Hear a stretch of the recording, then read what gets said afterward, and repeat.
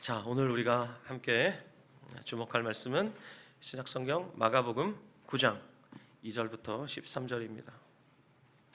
자, 우리 함께 봉독하겠습니다.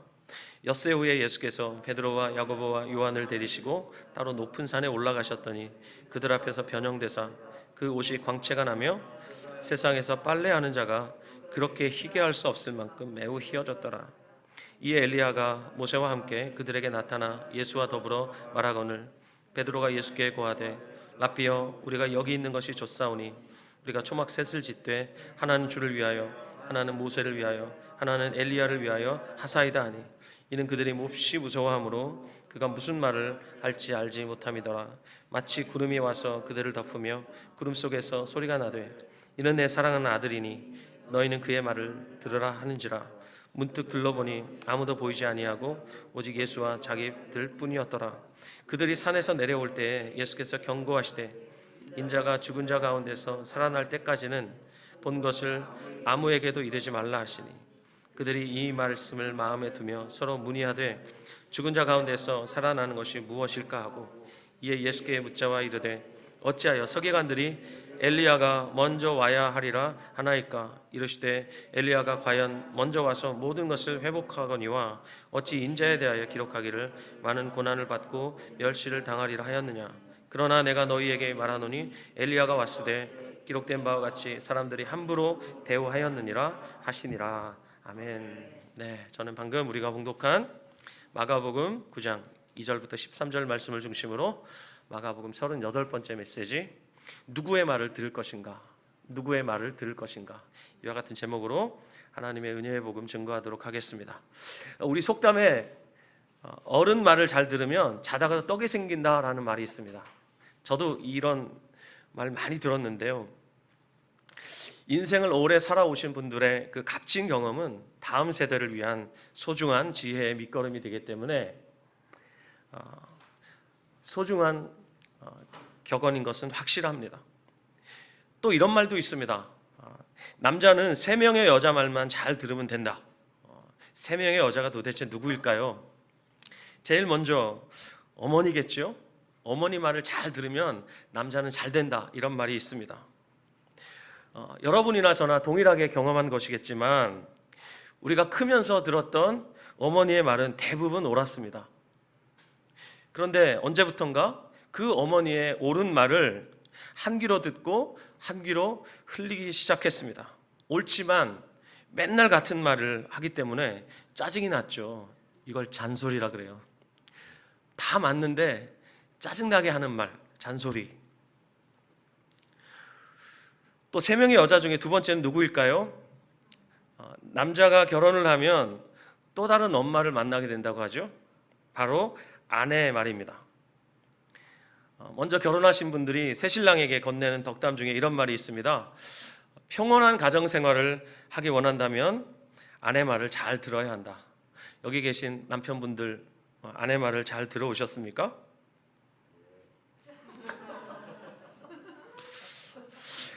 그런데 남자가 아내 말을 고분고분하게 잘 듣는 것은 여간 어려운 게 아니에요. 왜냐하면 자존심이 굉장히 상할 때가 많아요.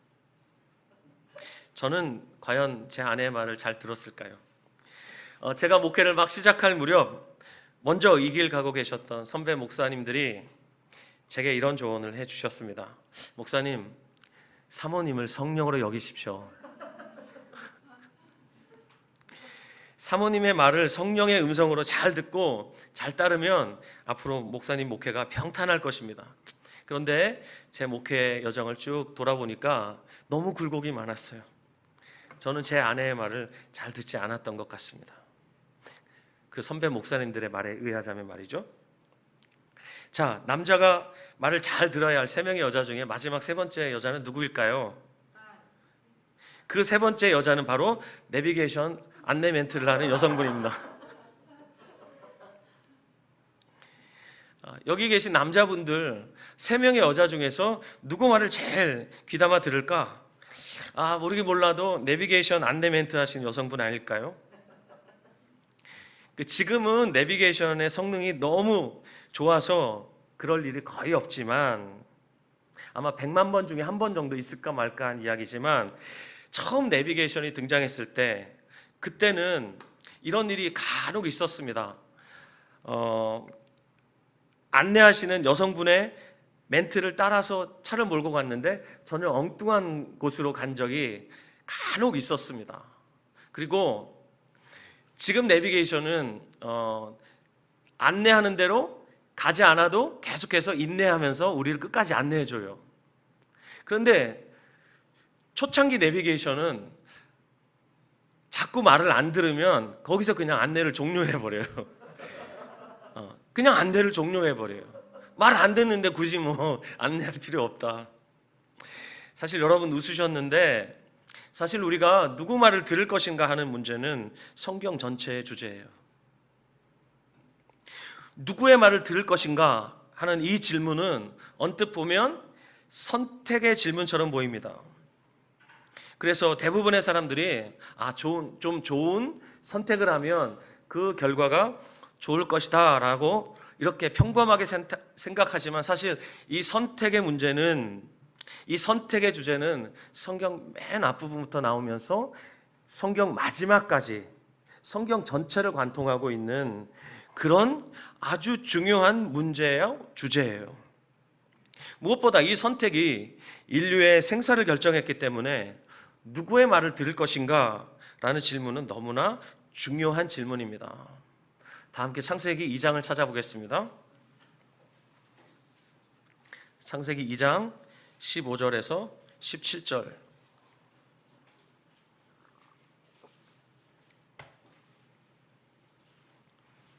창세기 2장 15절부터 17절. 시작. 여호와 하나님이 그 사람을 이끌어 에덴 동산에 두어 그것을 경작하며 지키게 하시고 여호와 하나님이 그 사람에게 명하여 이르시되 동산 각종 나무의 열매는 내가 임의로 먹되 선악을 알게 하는 나무의 열매는 먹지 말라.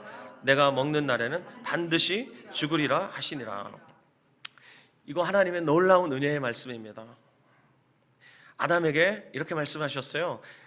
동산 나무의 열매는 네가 다 먹어라. 아담은 에덴 동산에 있는 모든 나무의 실과를 먹을 수 있는 자유를 얻었습니다. 그러나 단 한 가지를 금하셨습니다. 단 한 가지. 그것이 바로 선악과의 열매였습니다. 여러분도 잘 아실 겁니다. 우리가 자유를 누리려면 그 자유 안에 반드시 제한과 책임이 있다는 것을 우리는 이미 알고 있습니다. 우리가 이 자동차 문화를 잘 향유하려면 반드시 도로교통법이라는 제한 규정을 잘 따라야 합니다. 그리고 신호등이라는 이 교통법이 드러낸 수단들을 우리가 잘 지켜야 합니다. 선악을 알게 하는 나무의 열매, 이것이 바로 아담에게 주어진 그 자유의 제한 규정이었습니다. 자, 이 제한 규정을 어길 경우, 특별히 선악과의 열매를 먹었을 경우 아주 혹독한 심판을 받게 되어 있었는데 반드시 죽으리라 라는 하나님의 심판 명령이 떨어졌습니다. 반드시 죽으리라. 우리말 성경에는 반드시 죽으리라 이렇게 번역되어 있는데 히브리어 원문을 보면 이렇게 되어 있습니다. 죽는다, 죽는다. 그러니까 죽는다는 말이 두 번 연거푸 반복해서 기록되어 있습니다. 모트 타무트, 죽는다, 죽는다. 이거 무슨 뜻인가요? 절대 먹으면 안 된다. 먹으면 반드시 죽는다. 하지만 아담은 죽는다, 죽는다, 반드시 죽는다는 하나님의 이 엄중한 경고의 말씀을 귀담아 듣지 않았습니다. 마음에 새기지 않았습니다. 그때 뱀이 등장하죠. 창세기 3장 1절을 보시기 바랍니다. 창세기 3장 1절. 그런데 뱀은 여호와 하나님이 지으신 들짐승 중에 가장 간교하니라. 뱀이 여자에게 물어 이르되 하나님이 참으로 너희에게 동산 모든 나무의 열매를 먹지 말라 하시더냐. 자, 뱀은 간교하기 짝이 없죠. 여자에게 말했습니다. 참으로 이렇게 물어봤어요. 다른 말로 번역하면 정말로 이렇게 말한 거예요. 하나님이 정말로 그렇게 말씀하셨다고 하면서 의심을 불러 일으켰어요. 그 간교함에 여자가 말려듭니다. 그래서 3장 2절 3절 말씀에 보면 이렇게 말씀하죠. 여자가 뱀에게 말하되 동산 나무의 열매를 우리가 먹을 수 있으나 동산 중앙에 있는 나무의 열매는 하나님 말씀에 너희는 먹지도 말고 만지지도 말라 너희가 죽을까 하노라 하셨느니라. 하나님은 먹지 말라 그랬지 언제 만지지 말라 그랬습니까? 하나님의 말씀에 이 여자가 말씀을 더한 것입니다. 그리고 죽을까 하노라 하셨다 이렇게 말했어요. 하나님은 반드시 죽는다고 말씀했는데 죽을지도 몰라 이러면서 하나님이 이런 가능성을 말씀하셨다 이렇게 말을 해요. 여자의 이 말에 뱀이 쐐기를 콱 박아버립니다. 그것이 3장 4절 말씀이죠. 자, 3장 4절 시작. 뱀이 여자에게 이르되 너희가 결코 죽지 아니하리라. 보십시오. 여자가 뱀의 간교에 딱 걸리자마자 뱀이 쐐기를 콱 박아버리면서 어떻게 말해요? 하나님의 준엄한 명령을 정면으로 부정하죠. 그리고 3장 5절에 결정타를 날립니다. 3장 5절 시작. 너희가 그것을 먹는 날에는 너희 눈이 밝아져 하나님과 같이 되어 선악을 알 줄 하나님이 아심이라. 왜 하나님이 못 먹게 한 줄 아냐? 너희가 그거 먹으면 하나님과 똑같이 되기 때문에. 그래서 하나님이 못 먹게 한 거야. 이 말을 하자 여자의 마음속에 하나님 되고 싶은 욕망이 막 부풀어 오르기 시작합니다. 아, 이거 먹으면 하나님 된다고? 그러면서 선악을 알게 하는 나무의 열매를 따서 먹었어요. 왜 먹었어요? 하나님 되고 싶어서. 먹고 자기와 함께한 남편에게도 줬대요. 하와가 그거 먹을 때 아담은 어디 있었을까요? 바로 옆에 있었어요. 옆에 있었어요. 자, 그러면 여러분에게 묻겠습니다. 아까 우리가 창세기 2장 15절, 16절, 17절 읽었는데 그거 누구에게 하신 명령이에요? 아담에게 하신 명령. 아담이 하나님의 명령을 받았으면 그걸 마음에 잘 새기고 하와에게 말해 주었어야 돼요. 여보, 하나님이 우리에게 말씀하신 게 있어. 뭔데요? 동산 중앙에 지금 저기 생명나무와 선악을 알게 하는 나무의 열매가 있지. 저 중에 선악을 알게 하는 나무의 열매는 절대 먹으면 안 된대. 그거 먹으면 반드시 죽는다고 말씀하셨어. 이렇게 말해 주었어야 돼요. 근데 제가 볼 땐 아담이 실패한 것 같아요. 그러자 뱀이 나타나서 하와를 공격을 해요. 하와를 유혹해요. 그래서 하와를 통해서 아담을 타락시켰어요.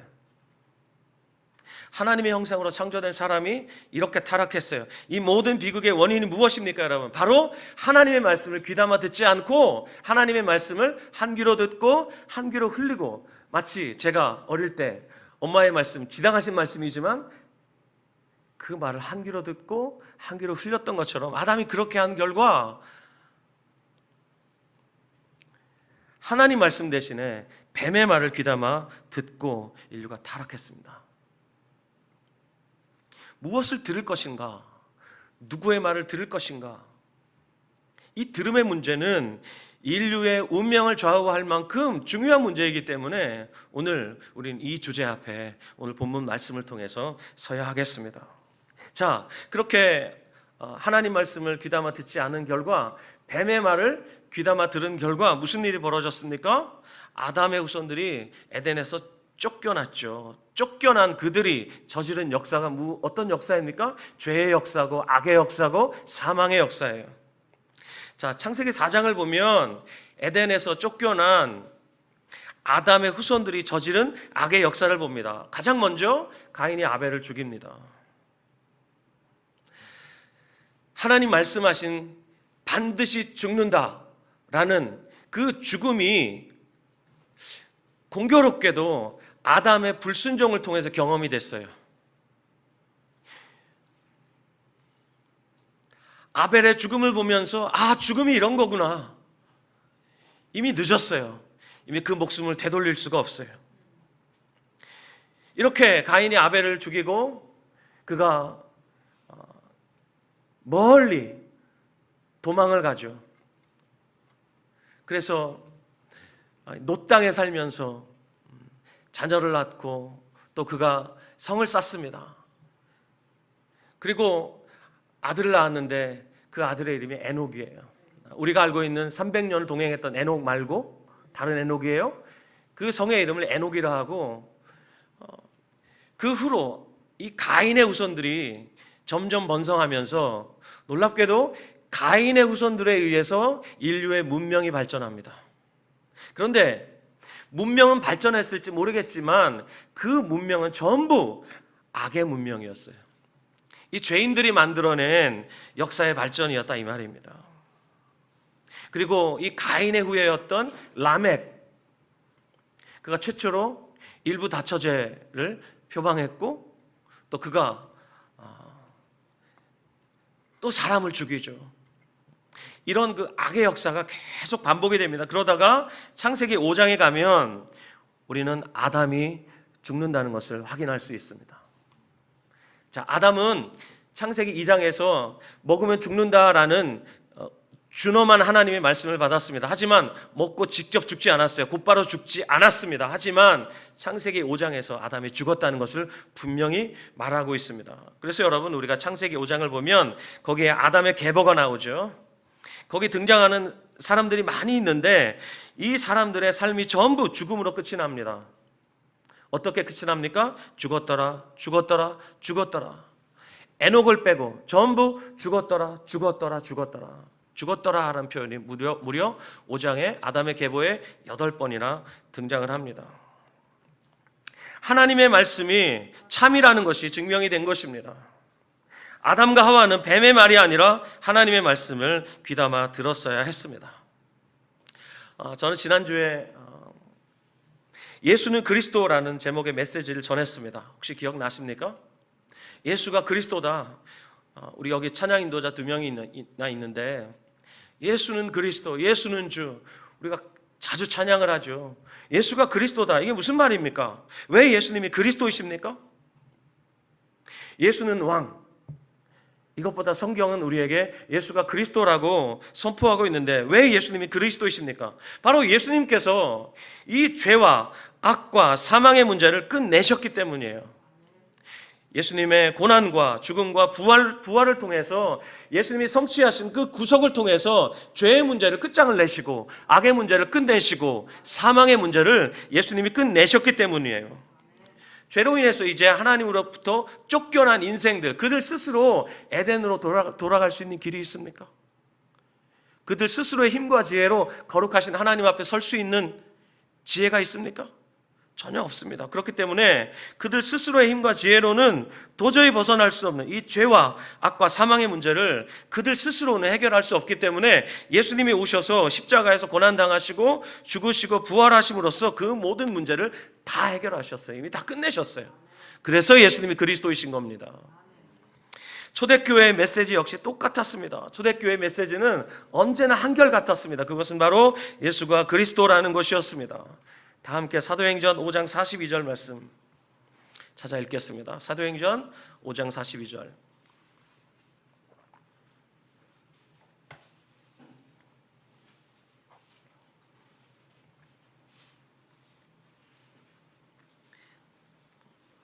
시작. 그들이 날마다 성전에 있든지 집에 있든지 예수는 그리스도라고 가르치기와 전도하기를 그치지 아니하니라. 아멘. 성전에 있든지 집에 있든지, 성전에서 이렇게 우리처럼 공적인 예배를 드리는 자리이든지 아니면 집에서 자녀들을 가르치는 그 자리이든지 어딜 가든지 초대교회는 이렇게 말했습니다. 예수가 그리스도라고. 이것은 바울의 메시지였고 제자들의 메시지였어요. 초대교회의 메시지예요. 그러므로 초대교회의 메시지와 이 시대의 교회의 메시지가 절대 다를 수가 없습니다. 우리는 예수를 그리스도로 믿습니다. 예수님은 죄의 문제를 끝내셨습니다. 이 세상의 악의 문제를 끝내셨습니다. 십자가로 악을 이미 정복하셨습니다. 그리고 사망의 문제를 끝내셨습니다. 그런데 여전히 우리 안에도 죄가 있고 세상은 온통 죄 천지입니다. 그리고 악의 문제는 여전히 기승을 부리고 있는데 우리 분명히 알아야 합니다. 하나님이 예수님을 통해서 악의 문제를 끝내셨어요. 이제 악이 직면한 문제가 있어요. 그건 뭐냐면 자기들이 악이라는 것을 온 천하에 다 밝히게 될 거라는 거예요. 악이 악으로 다 드러날 때 그때 주님이 재림하실 겁니다. 가만히 두시는 거예요. 이것이 하나님의 가장 끔찍한 심판인데 그냥 내버려 두시는 거예요. 그러면 악인은 자신의 악을 다 드러내고 누구에게도 핑계할 수 없을 만큼 부끄러워서 스스로 지옥으로 기어 들어가게 돼 있어요. 그래서 악이 기승을 부리고 있지만 때로는 주님이 심판하시기도 하지만 때로는 주님이 침묵하십니다. 악을 악으로 다 드러내시기 위해서. 또 요한복음 20장 31절을 보면 성경을 기록한 목적도 이와 같습니다. 제가 봉독하겠습니다.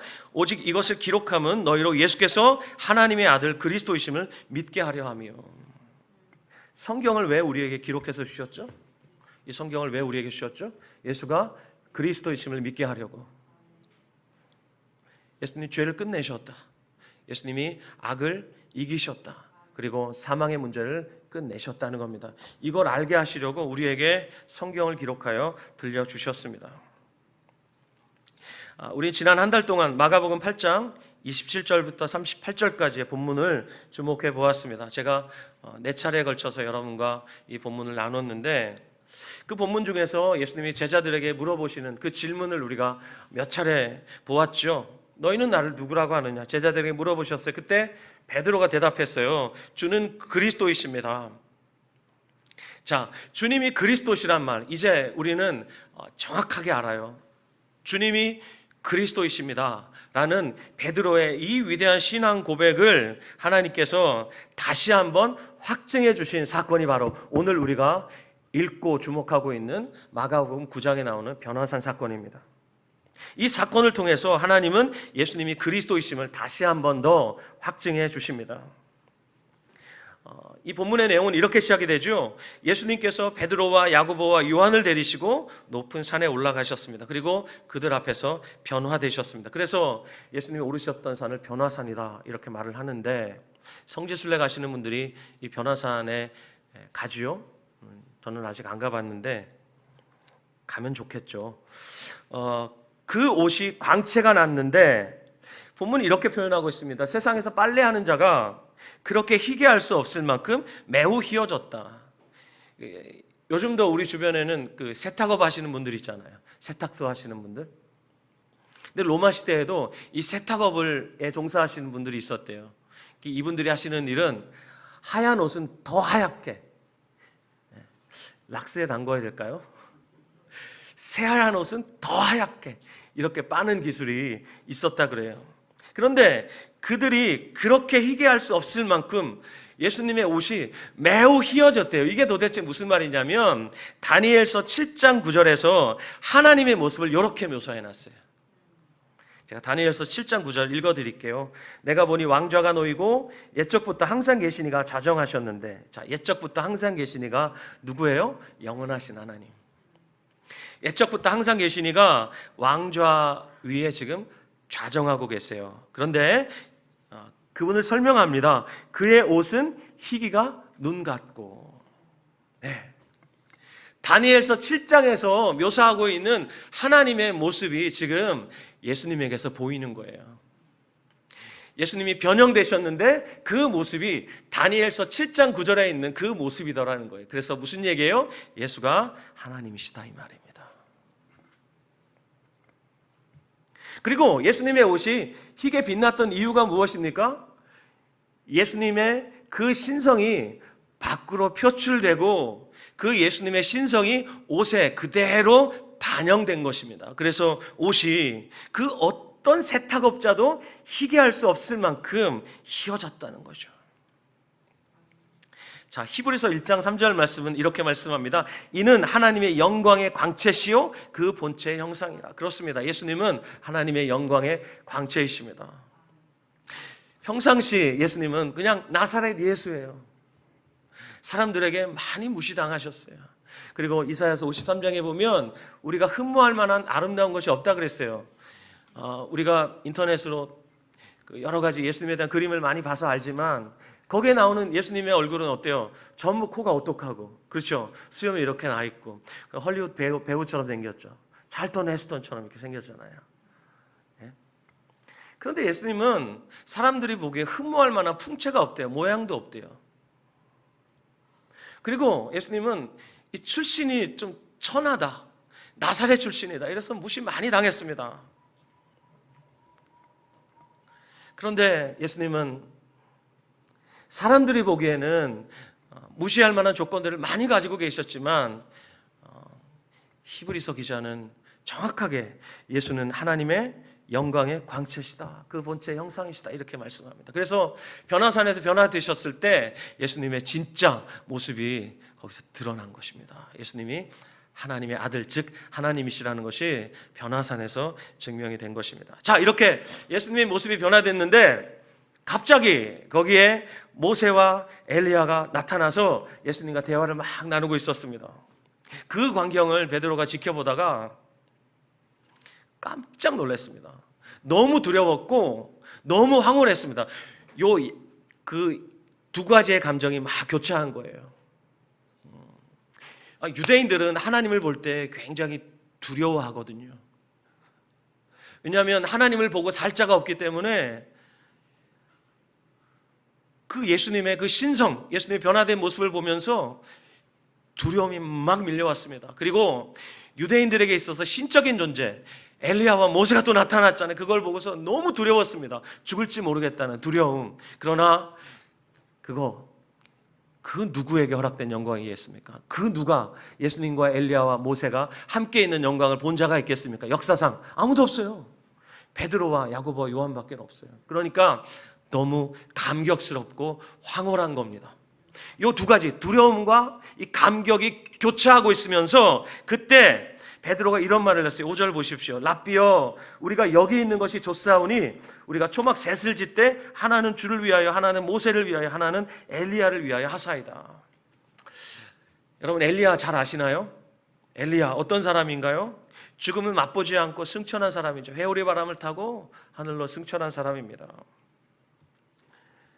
그런데 유대인들은 역사의 마지막 때가 되면 엘리야가 다시 올 것이라고 믿었습니다. 그래서 예수님 당시에 수많은 사람들이 엘리야를 기다리고 있었어요.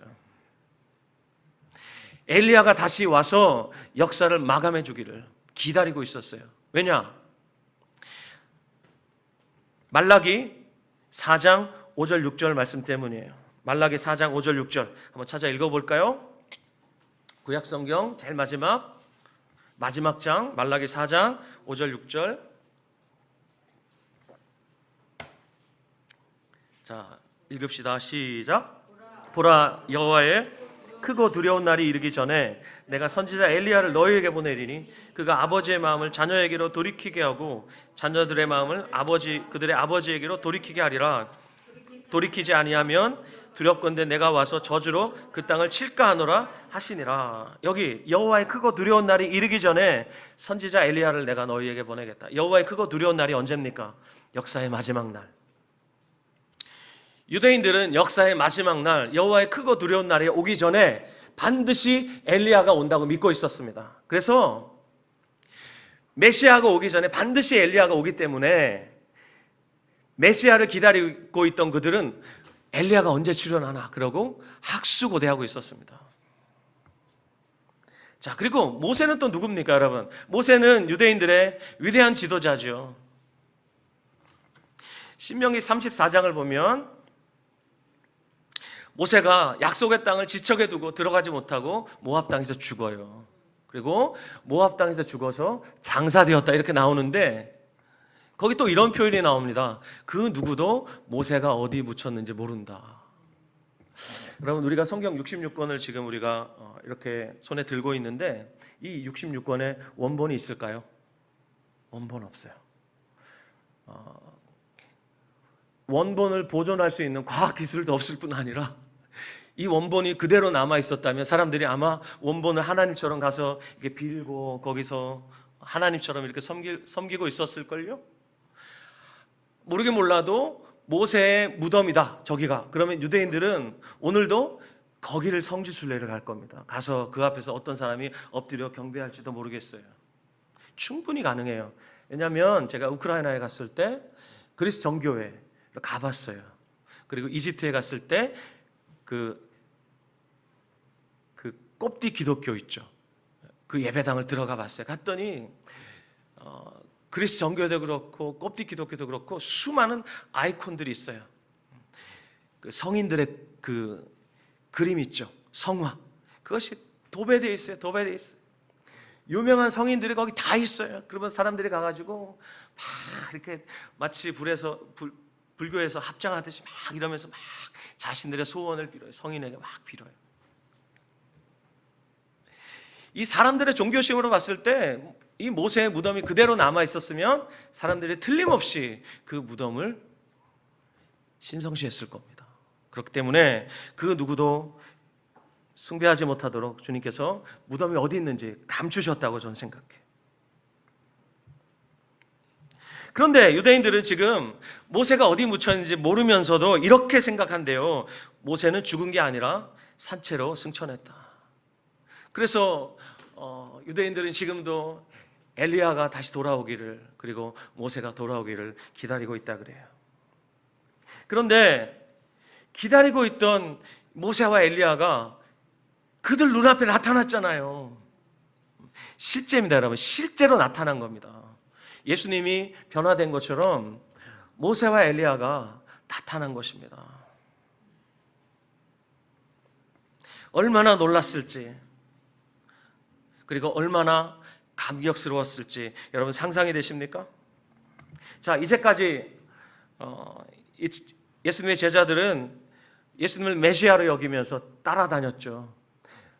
마가복음 10장에서 우리가 보게 될 텐데 그들은 예수님께 다 걸었습니다. 올인했어요. 그리고 예수님을 따랐어요. 왜요?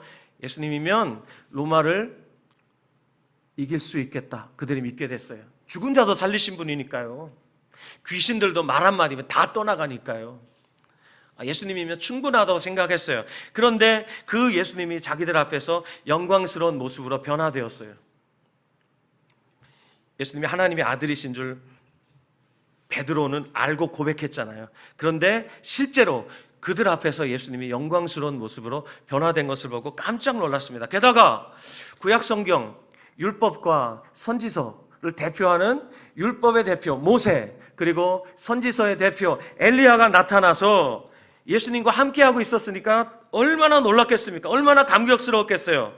그래서 예수님 한 분이면 로마까지 거면 이제 곧 뒤집을 거야 이렇게 생각하고 있었던 제자들이 예수님 한 분이면 충분했는데 거기에다가 모세와 엘리야까지 나타났으니까 이런 거예요. 요즘 유행하는 마블 영화 있죠. 마블이라는 미국 그 영화사에서 제작한 영화 있잖아요. 거기 보면 수많은 히어로들이 등장해요. 예수님 한 분이면 충분한데 거기다가 모세와 엘리야가 등장했으니까 어벤져스 3명이 지금 나타난 거예요. 그래서 이분들이 당시에 악의 축인 이 로마와 대항해서 싸워서 로마를 이기는데 예수님 한 분이면 충분하다고 생각했는데 모세와 엘리야까지 나타났으니까 얼마나 더 충분하겠습니까? 그래서 베드로가 이렇게 말한 겁니다. 두려움과 이 감동, 이 감격을 가지고 말입니다. 초막셋을 짓자고 말한 겁니다. 예수님 한 분이면 충분하다 생각했는데 이 세 분을 위해서 초막을 짓겠다고 생각하니까 얼마나 마음이 부풀었겠습니까? 속으로 이렇게 생각했을 겁니다. 본문에 등장하지 않지만 아마 베드로가 이런 말을 했을 거예요. 제가 이제 추측으로 이렇게 한번 얘기해 볼게요. 여러분 이 말이 맞을지 안 맞을지 한번 생각해 보세요. 야 됐어, 이제 됐어. 우리가 그토록 기다리던 때가 왔어. 예수님 한 분이면 충분했는데 이제 이 세 분과 함께라면 우리의 꿈, 그리고 우리 민족의 오랜 수고는 이제 이루어지는 건 이제 시간 문제야. 이러면서 막 흥분한 거예요. 그런데 여러분, 베드로의 흥분과는 달리 예수님과 모세와 엘리야가 무슨 얘기를 나눴을까? 궁금하죠? 예수님과 모세, 엘리야 이 세 분이 무슨 얘기를 나눴을까? 궁금하잖아요. 그래서 제가 이 메시지를 준비하면서 저도 궁금하더라고요. 그래서 성경을 찾다가 맞아! 누가복음 9장을 우리 찾겠습니다. 누가복음 9장, 같은 사건을 기록하고 있는 누가의 기록입니다. 누가복음 9장 28절부터 31절 말씀.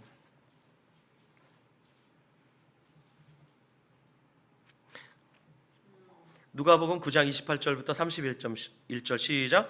이 말씀을 하신 후 8일쯤 되어 예수께서 베드로와 요한과 야고보를 데리고 기도하시러 산에 올라가사 기도하실 때 용모가 변화되고 그 옷이 휘어져 광채가 나더라. 문득 두 사람이 예수와 함께 말하니 이는 모세와 엘리야라. 영광 중에 나타나서 장차 예수께서 예루살렘에서 별세하실 것을 말할세. 자, 그들이 예수님과 무슨 얘기했습니까? 장차 예수님께서 예루살렘에서 별세하실 것을 말했대요. 세 번역으로 읽어드리겠습니다. 예수께서 예루살렘에서 이루실 일, 곧 그의 떠나가심에 대하여 말하고 있었다. 자, 사람이 죽으면 우리가 별세하셨다 이렇게 말하죠. 무슨 뜻인가요? 세상을 떠나가셨다 이 말입니다. 지금 예수님과 함께 이야기를 나누고 있는 모세와 엘리야, 그들의 대화의 주제가 무엇이었습니까? 예수님이 별세하신다는 얘기예요. 떠나가신다는 얘기예요. 여러분, 예수님이 떠나가시려면 조건이 필요해요. 그건 예수님이 구속을 다 성취하셔야 돼요. 십자가에서 죽으시고 셋째 날에 부활하시고 40일 동안 땅에 계시면서 제자들에게 하나님 나라의 일을 충분히 말씀하시고 그리고 승천하시거든요. 이 모든 것을 다 이루셔야만 예수님이 승천하셔서 하늘나라로 떠나가세요. 예수님이 사명을 다 마치시기 전까지는 예수님이 떠나가실 수 없었어요. 예수님의 그리스도적 사명을 다 이루셔야만 떠나가실 수 있었습니다. 그래서 이 시간 전 여러분에게 감히 이렇게 말씀드릴 수 있습니다. 모세와 엘리야, 율법을 대표하는 모세, 그리고 선지서를 대표하는 선지자의 대표 엘리야가 나타나서 예수님과 함께 별세에 관한 얘기를 했다는 것은 구약 성경 전체가 예수님의 별세에 관한 말씀이다 라고 말해도 절대 틀린 말 아닙니다. 동의하실 수 있겠습니까? 구약 성경, 요즘 우리가 30일 성경 통독 챌린지를 하고 있는데 창세기부터 말라기까지 이 전체의 내용을 한마디로 한 단어로 줄이라 그러면 저는 별세라고 오늘 줄일 겁니다. 예수님의 떠나가심에 대해서 말하는 것이다. 떠나가시려면 예수님이 구속을 다 성취하셔야 된다. 그 구속이 무엇입니까? 죽으시고 부활하시고 승천하시는 것, 이것이 예수님의 구속입니다. 자, 다 함께 누가복음 24장 말씀 찾겠습니다. 누가복음 24장 25절부터 27절.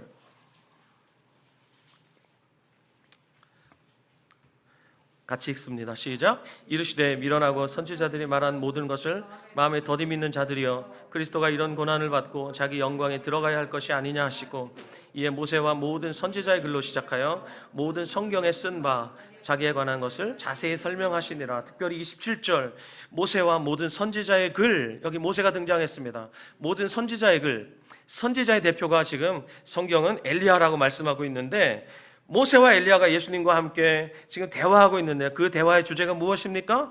예수님의 별세죠. 그래서 모세와 모든 선지자의 글, 이것이 구약 성경인데 이 구약 성경이 전부 예수님에 관한 말씀이다. 자기에 관한 것을 자세히 설명하시니라 이렇게 말씀하셨는데, 뭐라고 말씀하세요? 그리스도가 이런 고난을 받고 자기 영광에 들어가야 할 것이 아니냐. 여러분, 고난 없는 그리스도의 영광은 없습니다. 반드시 고난을 받으셔야 하고 그래야만 예수님께서 영광을 얻으실 수 있습니다. 그런데 아무리 말을 해도 제자들은 더디 믿습니다. 지금 이 말을 받고 있는 자들이 누구예요? 엠마오로 내려가던 두 제자예요.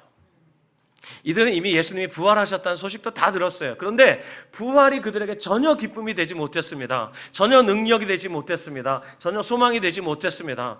그들 안에 있던 실망감 때문이에요. 그들도 예수님께 다 걸었어요. 여러분, 예수님이 12제자뿐 아니라 예수님 주변에 70인의 제자들도 있었고 나중에 예수님이 승천하실 때는 500의 무리가 예수님을 따랐던 자들이에요. 그들 중에 마가의 다락방에 남아서 끝까지 기도했던 자들이 약 120명 정도 가량이 됐지만 이 예수님을 가까이 따랐던 자들은 전부 예수님께 올인했어요. 뭐 때문에요? 현실적인 욕망 때문에.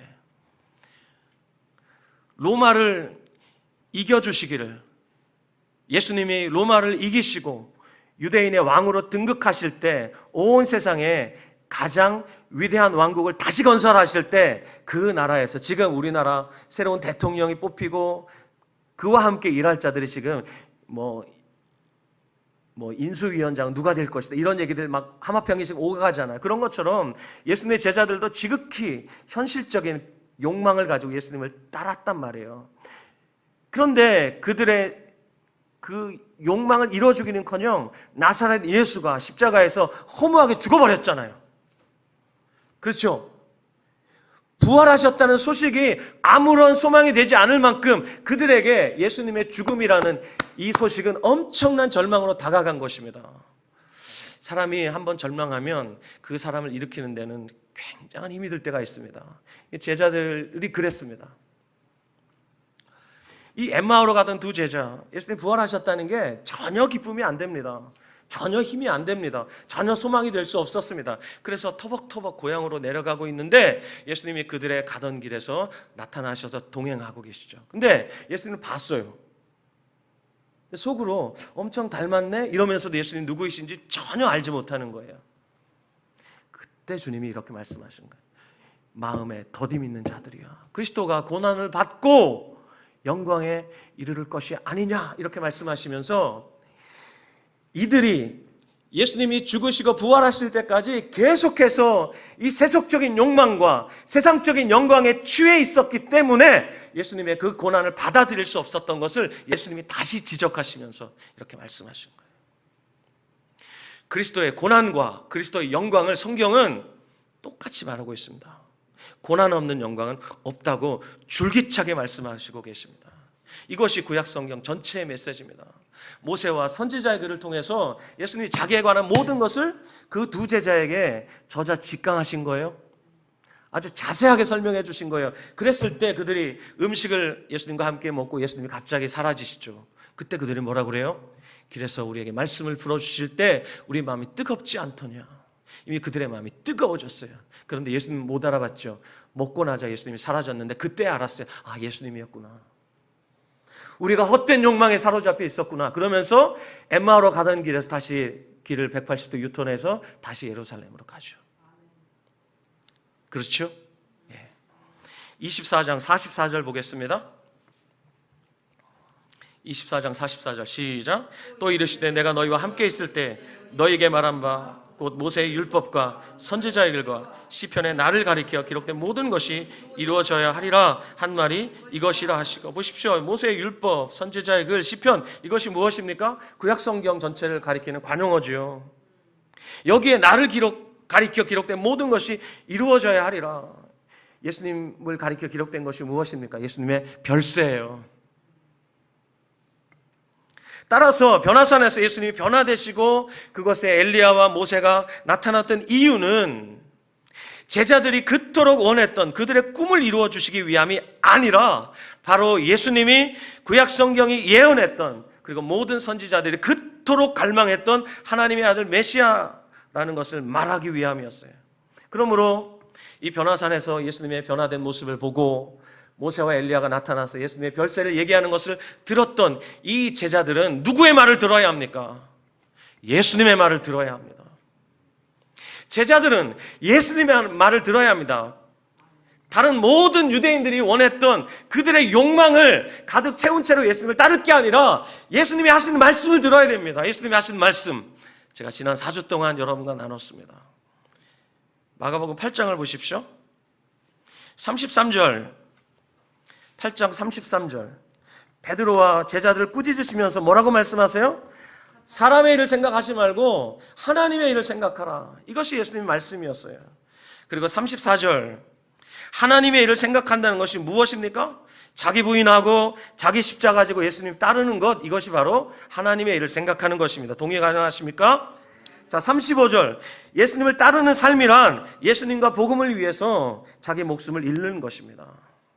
동의하시면 아멘. 그렇습니다. 그리고 38절에 나와 내 말을 부끄러워하지 말라. 내 말은 예수님의 복음이니까요.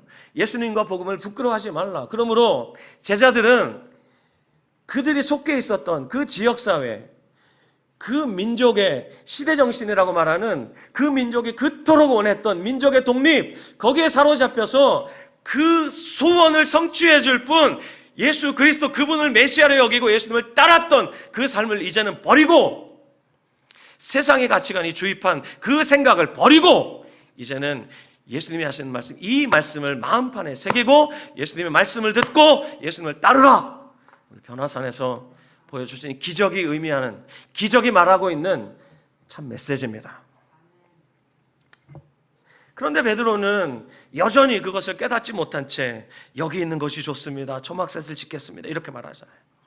이거 어떻게 보면은 예수님과 엘리야와 모세를 굉장히 잘 접대하고 싶은 갸륵한 마음인 것 같죠. 그렇죠. 칭찬받을 마음인 것 같잖아요. 누가 여러분 집에 놀러 왔어요. 여러분 집에 방문을 왔어요. 그러면 어떻게 해야 돼요, 여러분? 무슨 식사를 대접하지? 이게 정상이잖아요. 그렇죠. 그런 마음을 누구라도 와, 저분은 참 손님을 잘 접대하는구나, 칭찬받을 만한 일이에요. 근데 지금 초막셋을 짓겠습니다 라고 했던 이 베드로의 말은 칭찬받을 말이 아니라 책망받을 말이에요. 왜냐하면 이 베드로의 이 말은 그의 마음속에 여전히 세상적인 탐욕이 가득하다는 것을, 현실적인 욕망으로 그가 사로잡혀 있다는 것을 드러내는 말이 뭐냐면 초막셋을 짓겠습니다. 그래서 예수님과 모세와 엘리야가 다른 데 못 가시게 아예 거기에 사시면서 거기를 헤드쿼터처럼, 거기를 작전 본부처럼 딱 두시고 이제 거기서 군사들 모집하고 거기에서 로마를 뒤집을 수 있는 모든 전략을 다 짜내시고 능력을 베푸셔서 거기서부터 시작하시라 이 말이에요. 무슨 얘기인지 이해되십니까, 여러분? 그렇지만 예수님은 변화산에 계속 머무실 수가 없었어요. 우리가 다음 시간에 살펴보겠지만 그 밑에서는 무슨 일이 벌어지고 있었죠? 제자들이 어린 아이 안에 들어온 귀신을 못 쫓아내가지고 사투를 벌이고 있었어요. 종교 지도자들이 그걸 보고 혀를 찼습니다. 아이고, 귀신 하나 못 쫓아내는 게 무슨 예수의 제자라고 막 이러면서 예수님의 제자들이 힐난하고 끙끙 앓으면서 귀신을 쫓아내려고 했지만 결국은 못 쫓았습니다. 예수님은 산에 머무실 수가 없었어요. 내려오셨어요. 내려오시면서 마가복음 9장 9절을 보면 다시 경고하시죠. 우리가 8장 30절에서 경고의 말씀을 이미 읽었는데 9장 9절에서 다시 한번 경고하세요. 9장 9절 보시죠.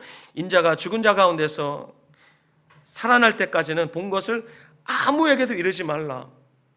자, 보십시오. 여러분 앞을 보세요. 이 베드로와 야고보, 요한 핵심 3인방이에요. 이들이 지금 변화산에서 실로 엄청난 것을 봤잖아요. 역사상 그 누구도 경험하지 못했던, 살아있던 모세도 경험하지 못했던 예수님과 모세와 엘리야가 한꺼번에 출동한 거예요. 어벤져스. 그걸 봤단 말이에요. 근데 그들의 마음은 여전히 탐욕에 사로잡혀 있어. 그러니 저 같으면 이랬을 것 같아요. 베드로한테 너 봤지? 봤지? 이제 내가 누군지 알지? 똑바로 해.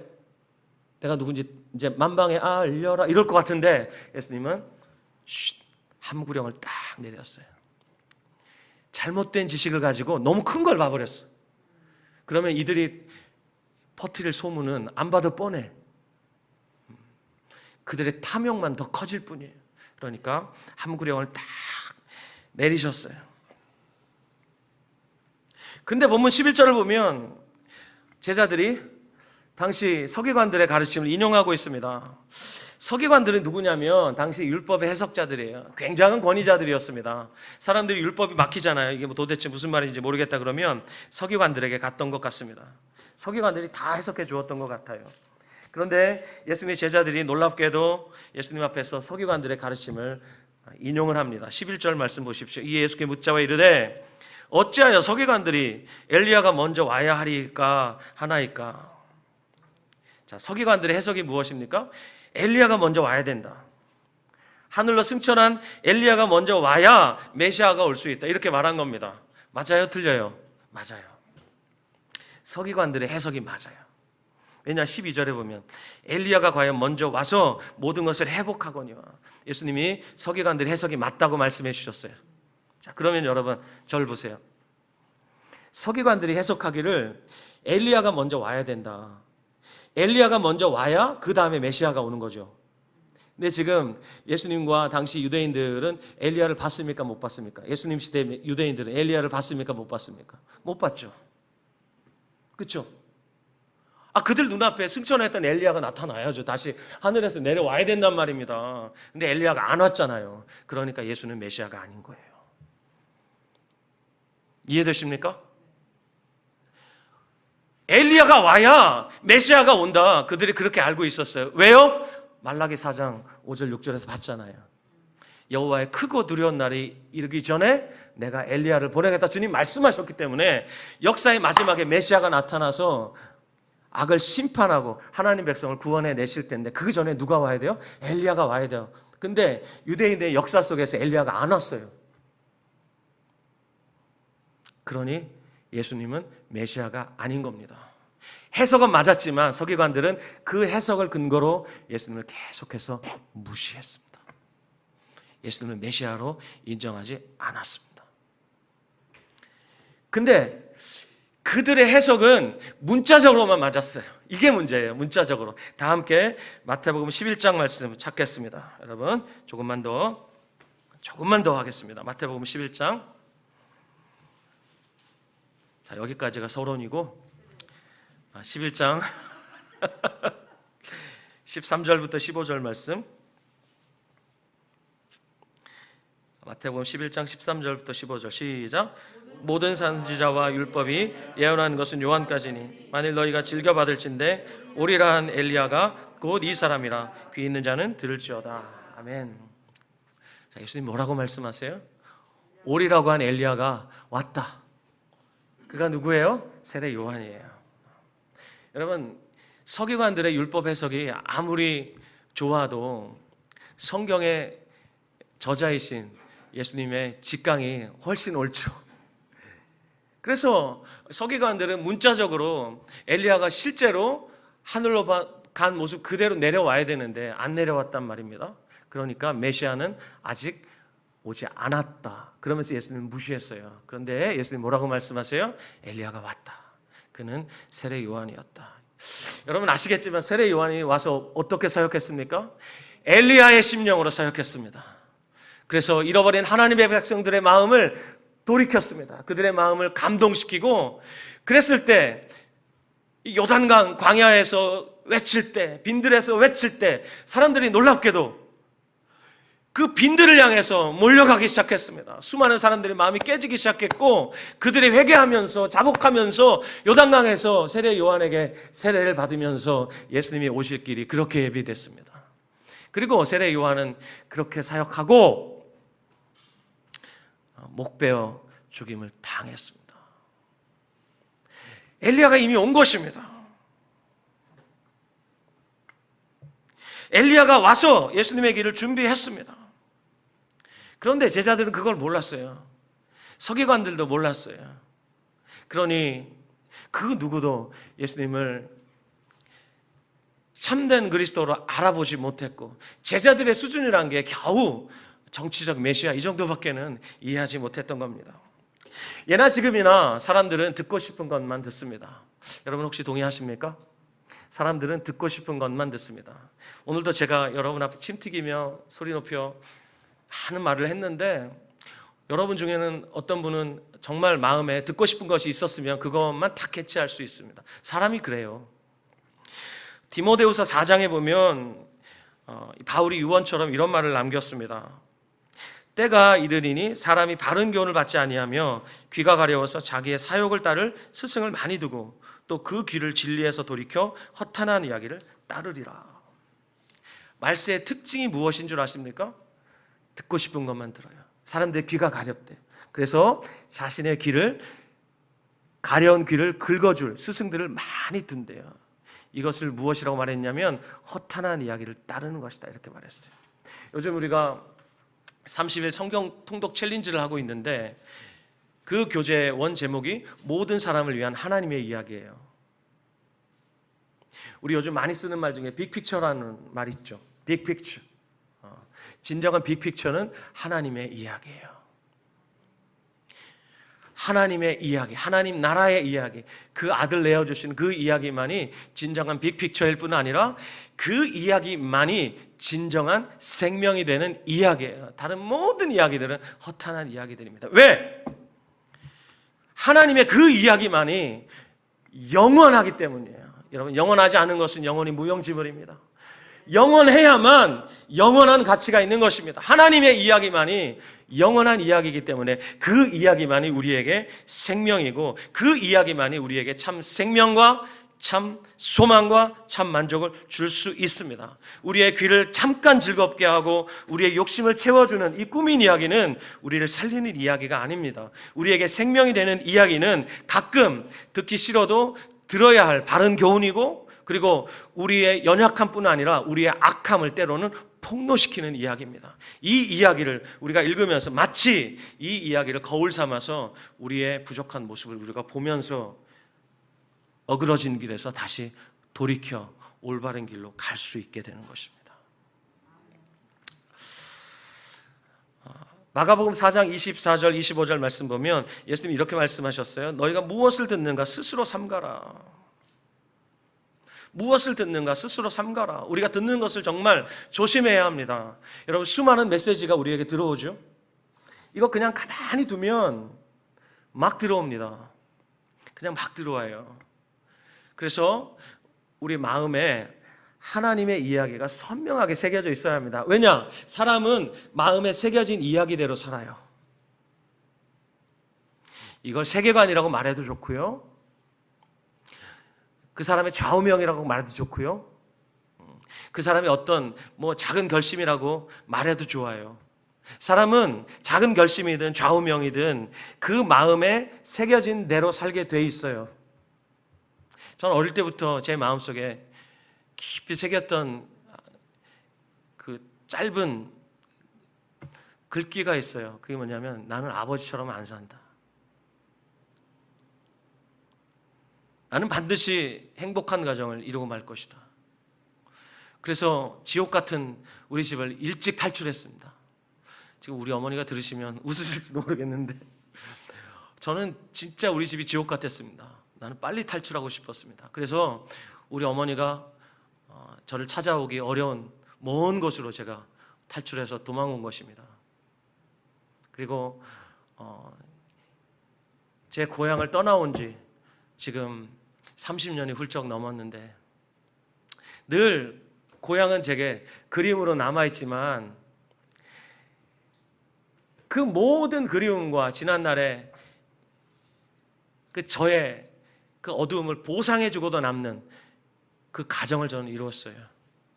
너무 젊은 나이에 너무 감사하게도 손주까지 보고, 그렇게 하나님이 제 인생에 이런 말로 다 할 수 없는 복을 주셨는데, 제 아내, 제 어린 저의 그 10살도 채 되지 않은 제 마음속에 그때부터 나는 우리 아버지처럼 절대 안 살 거야. 저는 이러고 살았습니다. 그게 저의 평생에 큰 영향을 미쳤습니다. 혹시 여러분 중에 그런 분은 안 계신가요? 사람은 마음에 어떤 이야기가 새겨져 있느냐, 이게 제일 중요해요. 여러분 마음속에 무엇을 새길 것인가 정말 스스로 삼가하셔야 됩니다. 요즘 보면 우리 현대인들 너무 바쁩니다. 그리고 너무 열심히 살아요. 근데 너무 허탈해요. 내가 투자한 시간 대비 열매가 너무 빈약해. 그런 생각 안 듭니까, 여러분? 똑같이 일하는데 누구는 연봉 몇 억을 받아가고, 똑같은 시간 일하는데 어떤 사람은 연봉이 몇 천밖에 안 되고.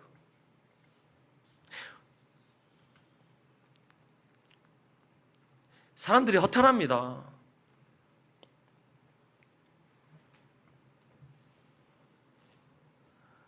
그래서 이 허탄한 이야기들, 거기에 귀가 막 쫑긋해지죠. 어떻게 하면 내 인생을 더 만족하게 살 수 있을까?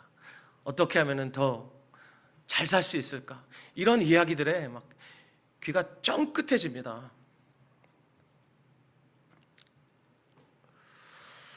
여러분, 우리 마음속에 다른 것 차치하고 하나님의 이야기가 우리 마음속에 선명하게 새겨져야 합니다.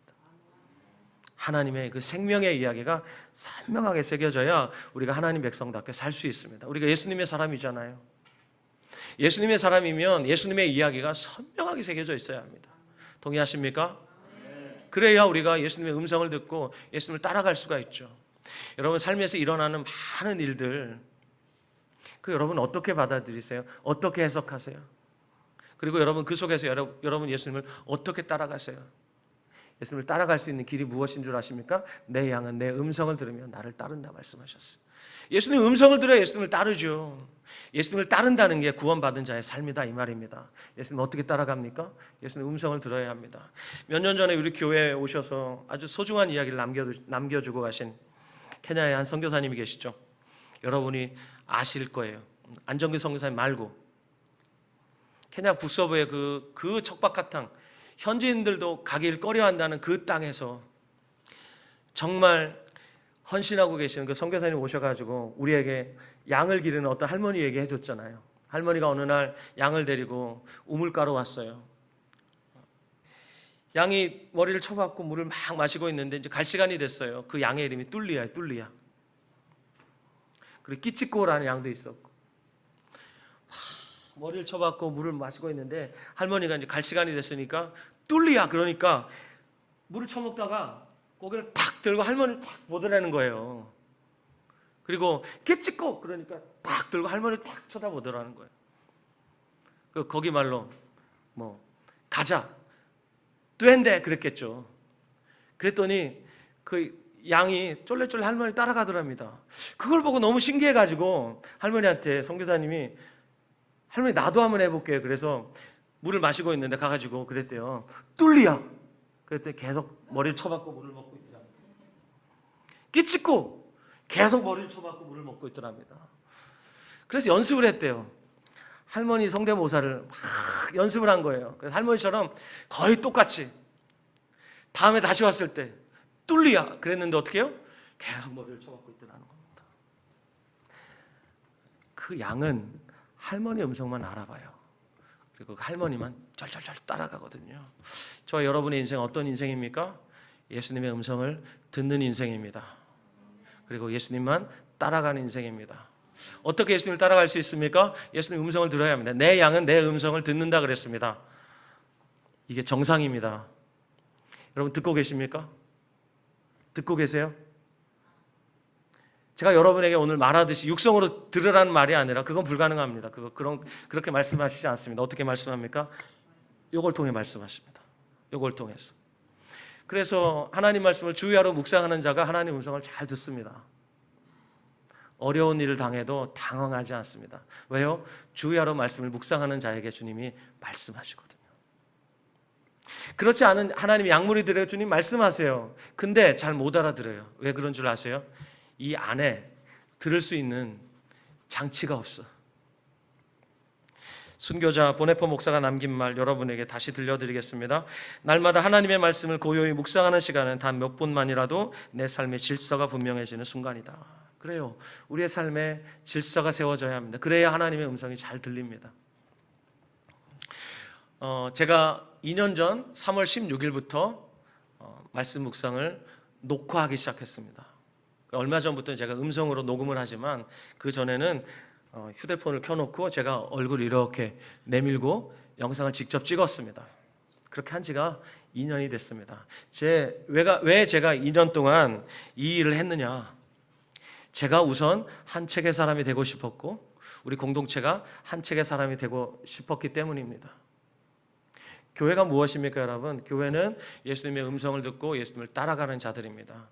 우리가 수많은 프로그램 할 수 있습니다. 제자훈련 얼마든지 할 수 있습니다. 할 수 있지만 지금은 그것보다 더 중요한 것이 우리 공동체에는 말씀을 묵상하고 그 말씀과 함께 주님과 교제하고 친밀하게 주님과 교제하고 주님이 가자 하실 때 따라가고 주님이 말씀하실 때 행동할 수 있는 그런 존재가 되자는 거예요. 그래서 지난 2년 동안 주구장창 제가 했습니다. 눈이 오나 비가 오나 쉬지 않고 했습니다. 단 하루도 펑크 내지 않았습니다. 이건 제가 잘났다는 게 아니라 제 열심이었습니다. 근데 이 제 열심은 하나님이 제게 부어주신 거예요. 그래서 그 주님의 열심이 헛되지 않도록 정말 힘을 다했습니다.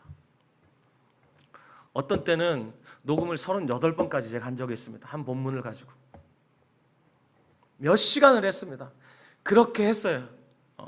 그렇게 한 이유는 여러분에게 제가 잘났다, 수고했다 이런 칭찬 듣고 싶은 게 아니라 정말 제가 한 책의 사람 되고 싶었고 우리 공동체가 한 책의 공동체 되고 싶었기 때문이에요. 다른 거 없어요. 내 양은 내 음성을 들으며 나를 따른다 말씀하셨기 때문에 주님을 따라가는 것이 신앙생활이고, 따라가려면 예수님의 음성을 들어야 될 거 아니에요. 어떻게 들어요? 이 말씀을 듣는단 말입니다. 그래서 여러분에게 정말 부탁하고 싶습니다. 여기 계신 우리 집사님, 권사님, 장로님, 여러분에게 정말 부탁하고 싶은 거, 하루에 단 한 번이라도 하나님 말씀 묵상하십시오. 뭐 묵상이라고 해도 좋고 큐티라고 해도 좋고 뭐 성경 통독이라고 해도 좋고 명칭은 중요한 게 아닙니다. 중요한 것은 내가 하나님의 예수님의 음성을 듣고 주님을 따르기를 원하는가. 왜냐? 누구의 말을 들을 것인가? 이건 처음부터 중요한 메시지였고 역사의 마지막까지 우리 그리스도인의 사활을 결정할 중요한 질문이기 때문에, 중요한 주제이기 때문에 오늘도 여러분에게 이 연사 강력히 외치는 바입니다. 하나님 말씀 앞에 서자고요. 아멘.